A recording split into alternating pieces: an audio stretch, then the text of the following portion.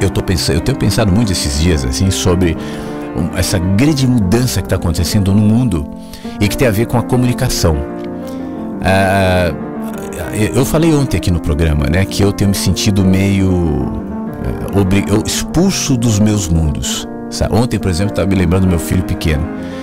Aí eu estava pensando, não, meu filho, ele é um adolescente agora, quase do meu tamanho, não será mais pequeno. Claro que eu amo da mesma maneira, mas eu fui expulso do mundo onde eu era um pai de um menininho pequeno, que já não existe mais naquele formato. Eu também não existo naquele formato que eu tinha há 10 anos, né? A gente sempre está em movimento, o mundo como nós conhecemos, não só o nosso mundo pessoal, como esse que eu descrevi, mas o mundo onde habitamos. A gente falou aqui no programa ontem, algumas pessoas saudosamente falavam assim, a gente antes trocava cartas. Eu contei de uma carta que eu recebi numa rádio, a carta que vinha com o selo, com a letra da pessoa, com o empenho da pessoa de ir ao correio. Aí alguém disse, e os presentes também representavam isso. Hoje a gente dá vale, nem presente mais, compra na internet, não vai à loja e tal. Isso é crítica de quem viveu um outro mundo. E esse outro mundo, esse novo agora, não necessariamente é pior, é só diferente. Mas a gente vai sendo expulso dos nossos mundos e agora nós estamos entrando num mundo em que ninguém sabe o que vai virar. Esse fenômeno que a gente está acompanhando no mundo, não é só no Brasil, que se projeta também politicamente falando, mas a política é só um reflexo, ele não é um evento político, ele é um evento muito maior do que a redução política, é um evento sobretudo de comunicação. Na minha opinião é o seguinte, nós estamos perdendo os intermediários. Antes toda a informação, toda a crença, toda a teoria era construída por uma instituição ou por algo que se colocava entre os que recebiam a informação e eventualmente a fonte da informação, seja inclusive uma informação acadêmica, a academia como instituição, a religião como instituição, a política como instituição representativa de uma sociedade. À medida em que as pessoas se conectam sem intermediários, né? Apesar de ter essa ideia de que não há intermediários, é um pouco relativa. Nós ainda temos as plataformas e as plataformas, e o Facebook está deixando isso muito claro, estão encontrando, ou pelo menos buscando recursos de fazer essa gestão, de fazer essa intermediação.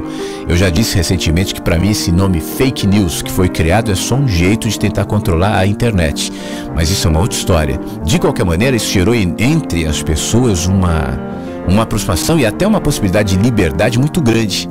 Você hoje, antigamente você tinha que ficar na rua. Eu me lembro uma época em São Paulo que a gente ia pegar táxi e aí você chamava o táxi, o cara falava assim, para onde você vai? Para tal lugar. Não, ia embora. Isso era um mundo restrito ali, né? Hoje com os aplicativos você entra em contato direto com o motorista, ele vem com o carro, te leva, enfim, é uma coisa muito mais simples, muito mais fácil. Isso está reconfigurando a cabeça das pessoas, inclusive nesse senso de representatividade.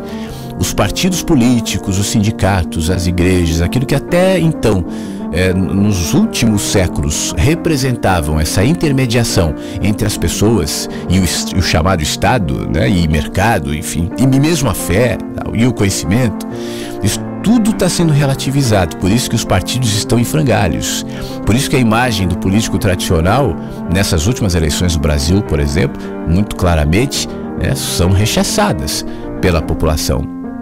Se isso gera um outro jeito de lidar com a política, com a vida, inclusive vai descambar num processo que a gente não sabe o que é e é incontrolável, eu penso que mais poucos anos esse sistema, especialmente esse político de representatividade, executivo, judiciário, legislativo, aquilo que nós chamamos da nossa sólida democracia de instituições, vai ser colocado em xeque, se é que já não está, né? E o que virá na sequência, eu não tenho a mínima ideia. Vai ser bom ou não vai ser bom, eu não sei. Sinceramente eu não sei, eu vejo possibilidades positivas e muitas possibilidades negativas também. Mas talvez eu seja apenas um pequeno ser que vê sob a perspectiva de um tempo que já foi e a partir dessas referências julga um outro tempo desconhecido como algo perigoso. Isso também é uma fonte de medo, né? As pessoas estão vivendo um mundo de muitas transformações, das mais simples e benéficas, como por exemplo os aplicativos que eu há pouco falei. Você que é uma pessoa de rádio, né, Graziela, também percebe isso no próprio rádio, nesse veículo que é nosso. Eu mesmo, eu sou um cara experiente de rádio, eu sou um cara que fiz muitas rádios, mas eu te confesso que eu estou numa fase assim de me reciclar, de refazer o meu olhar e de aprender com as pessoas mais novas que estão chegando agora, não especialmente no rádio, mas na comunicação de maneira geral, entendendo que aquilo que eu acumulei de conhecimento do rádio, claro que é valioso, mas é insuficiente para um tempo novo, porque o rádio também deixou de ser o que era. Então isso vale para as profissões de maneira geral. Daqui pouco tempo, a grande maioria das profissões vai deixar de existir ou vai se modificar. Os meus amigos que trabalham como piloto, por exemplo, muitos já sabem que piloto de avião é uma profissão em extinção, daqui a pouco vai acabar, porque os aviões já têm tecnologia para voarem sozinhos. O próprio piloto de um avião comercial, por exemplo, faz muito menos do que fazia um outro piloto de avião comercial há 20 anos. Hoje, até por norma da empresa, o piloto, ao entrar na cabine do avião, ele configura o voo, ele faz ali no computador o plano que vai ser. Ao decola o avião, recolhe o trem de pouso e aperta o piloto automático. E agora é com um computador. O cara vai pousar, mas assim, segundo o padrão da empresa, de algumas empresas, desacoplar o piloto automático já na iminência, praticamente, de tocar a pista. A função daquele cara ali do pé e mão, que a gente chama, na aviação comercial, por exemplo, está absolutamente em extinção. Esse é um processo que lá adiante vai excluir esse profissional. As pessoas dizem, mas ninguém vai entrar num avião pilotado por um computador. Isso é a nossa mente antiga que pensa. As mentes que estão surgindo agora vão pensar o contrário. Como é que vocês entravam no avião pilotado por um ser humano? Né? Então o mundo está num processo muito louco. Então por isso também o medo está presente. E aí, Graziela, as pessoas tentam se apegar àquilo que conhecem. Diante da iminência da mudança e de uma mudança desconhecida, eu preciso da segurança daquilo que eu conheço, daquilo que eu sei. Por isso também, nesse momento, o mundo vive essa tal onda do conservadorismo, né? O conservadorismo é uma tentativa de manter as coisas como estão. Isso tem lado bom e lado ruim, tem ônus e bônus. De qualquer maneira, eu não acredito que seja possível. Porque ainda que eu tente manter, como o Bolsonaro fala agora, a família... Ontem, alguns analistas brincavam dizendo que provavelmente vai instituir o Ministério da Família, isso aqui para defender a família. A família é algo maravilhoso, todos nós sabemos disso e gostamos da família e tal. Mas a gente sabe que nos últimos 15 anos, por exemplo, o olhar de família já é diferente. Bom, na época dos meus pais, o divórcio, a separação era um escândalo. Fulana é uma divorciada, mal vista pela sociedade. Isso felizmente deixou de ser. Hoje em dia, famílias com pais ou mães do mesmo sexo já é algo relativamente, felizmente, aceito pela sociedade. Tem gente que resiste, dizendo que isso gera trauma nas crianças e tal. Geralmente quem fala isso está embasado por uma fé, por um dogma, por um preconceito. Mas as famílias estão mudando. Mães ou pais solteiros, mães ou pais sem filhos, o que era uma obrigação há alguns anos, está deixando de ser. Então tudo está em movimento. Tentar conservar a família. Mãe vai ser aquela figura da mulher dos anos 50.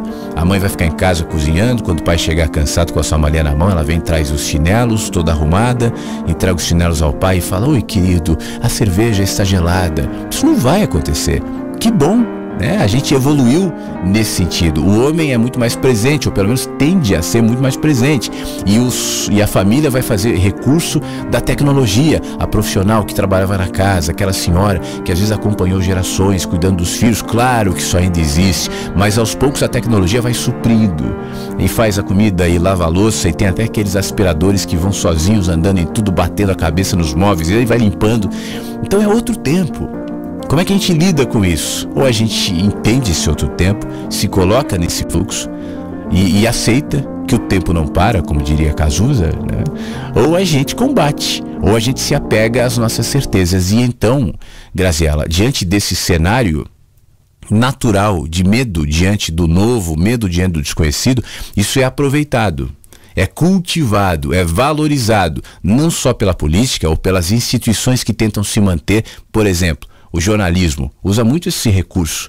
Sem o jornalista, a informação vai se perder. O jornalista é um ser fundamental que fará a curadoria das informações que na internet são jogadas de maneira selvagem. Então precisa ter alguém que entende. Isso tudo está deixando de ter apelo. As pessoas estão, beleza, jornalista, mas fica aí com as suas teorias que eu não vou procurar você.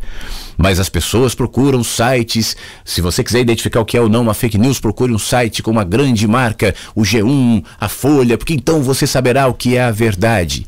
Isso tem sido de fato efetivo, as pessoas fazem isso. Então, ainda que eu tenha... E há, obviamente, componentes de verdade nisso. De qualquer maneira, não importa se tem componentes de verdade ou não tem. O fato é que as pessoas não estão comprando essas ideias. Na última campanha, para a gente manter as coisas como são, vamos valorizar os políticos tradicionais, só eles que podem. As pessoas falaram, beleza, E não aconteceu, não só no Brasil, em vários estados. Esse é o mundo novo que nós estamos vivendo. Admirável mundo novo? Perigoso mundo novo? Eu não sei. Eu sei que diante dessas mudanças cabe me cuidar. E ao me cuidar, o medo não é o melhor recurso e o melhor ingrediente.